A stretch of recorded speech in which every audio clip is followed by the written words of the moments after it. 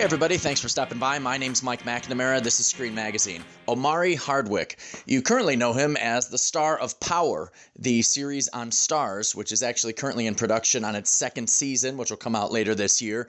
Well, before he hit the big time with Power, he was one of the leads in a small independent film called Middle of Nowhere, which was a huge hit out at Sundance a couple years back.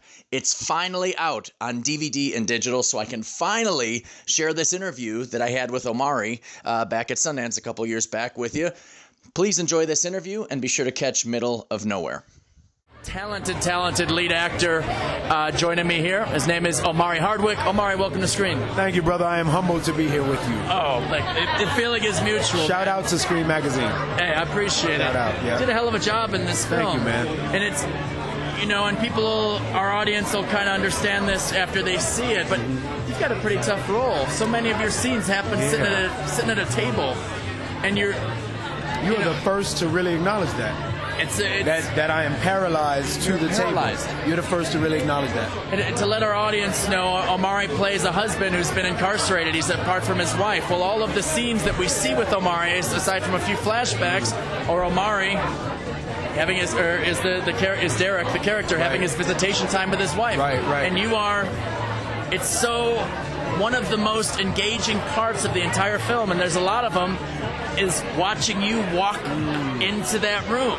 You know film, brother. I know a little bit about it. You know film. Because you find we're just focused on waiting, that door. Right? Yeah, and every time you come out, we immediately know, like, oh shit, something went down. Or there's hope things today. are going pretty well. It's optimism. Or there's no hope. No hope. So talk about, it's such a challenge. Yes. And especially being at that table and working with your eyes and your physicality to really communicate what's been going on for the 30 days since you saw your wife. Talk about those challenges. You set me up with the great segue. It's very easy to talk about it because it's always nice. You come to Sundance and it's nice to watch the work of your fellow castmates and the director and the producers that you work with, and then root for other people as well watching their work. But to have the journalist to be able to dial in to what we're trying to convey, and for the journalist to convey it as well as you just did, thank you, is like really spot on as to what my attempt and objective was in the project.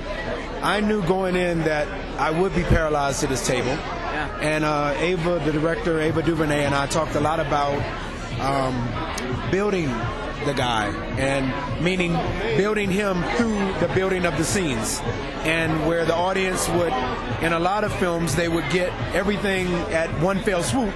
She wanted them to earn what was happening and what my character Derek was emoting. She wanted, that to be earned. So I kind of locked on to that, and she put it in my mind and implemented it in my head, and so I just stayed there. It was a very difficult thing at times, knowing that when Emmy's character, Emma Yahtzee's character came in, Ruby, that she had this whole outside world experience.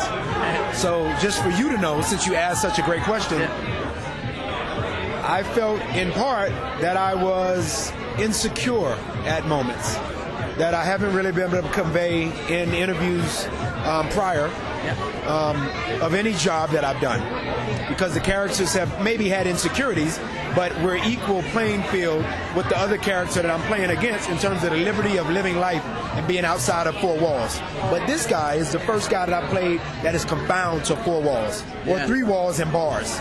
So I had a lot of insecurity that I stuck inside of Derek, with he knowing that she's seeing so much that he can no longer see. How interesting. So I was playing that and trying to really hold that of like, you're better than me because you still get to see these things that I don't get to see. And I never told her that, but that's what I was really playing.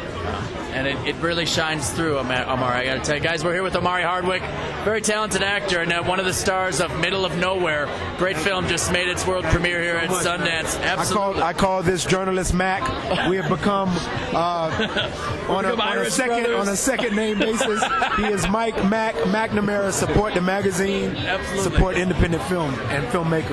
Hey, the last thing I'll ask you is just the rehearsal process a little bit with Ava. She had kind of a unique approach. How did you guys get your backstory? Because you could tell from just you and Ruby looking at each other that there was something behind that. There was a lot going on.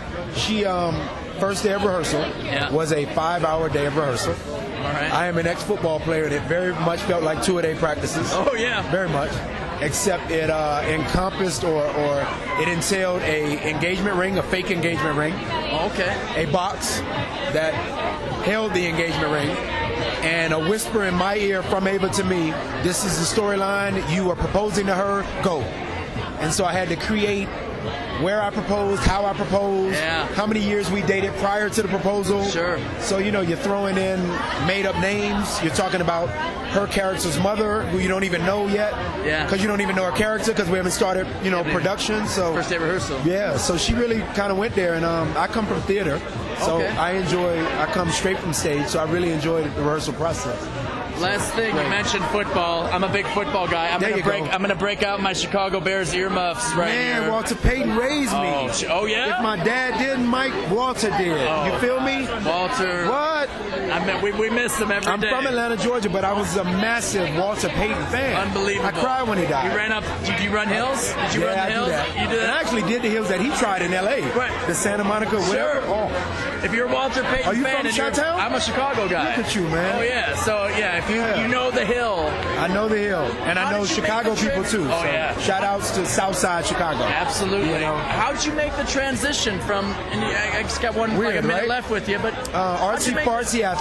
Went to University of Georgia. Yeah. Played with Champ Bailey and Hines Ward and Robert Edwards and Mike Bobo, all of these guys, and I would do a play a year after football season, every single year at the University of Georgia.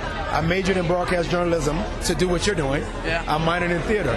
And I was a poet and just a weird athlete, an artsy-fartsy athlete. So I got cut from San Diego Chargers after a season. Right, when they found out you were doing theater. Yeah, exactly. They're like, let's cut this guy. No. Bobby Ross was like, I'm done. No. So I got cut from my attempt developmental squad for San Diego Chargers. Yeah. And didn't go, as far as all of my other friends went, but got cut and then moved to New York and tried to do hole in the wall theater. I did a play in New York for a while, and then that brought me to Los Angeles, California. Omari, it's your time, man. You did a hell of a job in this film. That's very humbling. Thank you so much. Brother. That was Omari Hardwick talking about Middle of Nowhere, finally out on DVD and digital. Be sure to get out and enjoy it. My name's Mike McNamara. Thanks for stopping by. I'll talk with you again soon.